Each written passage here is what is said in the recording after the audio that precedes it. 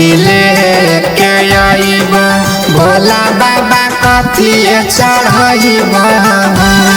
ए भोला बाबा कथिए चढ़ाइब ओ भोला बाबा पगाली छोड़ी गेलै ससुरारिया हम के ना तोरा मंदिरिया आइब ओ भोला बाबा पगाली छोड़ी गेलै ससुरारिया हम के ना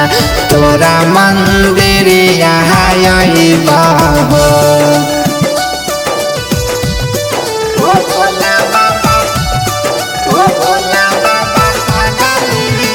म्यूजिक डायरेक्टर प्रकाश।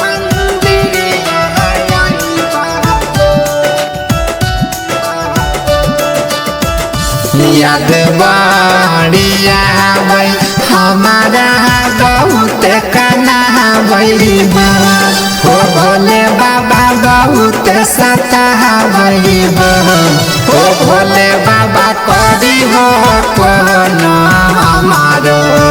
पाओ पाई जे दिल से ओकरा भुलाइए जाइबई हो ओ भोला बाबा पगाली छोड़ी गेलै ससुरारिया हम के ना तोरा मंदिरिया आइब तोरा मंदिरिया आइब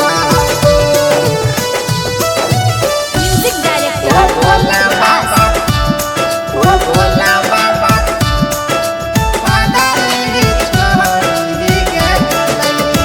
भोला सकल दीप भजन लिख के सजावई हो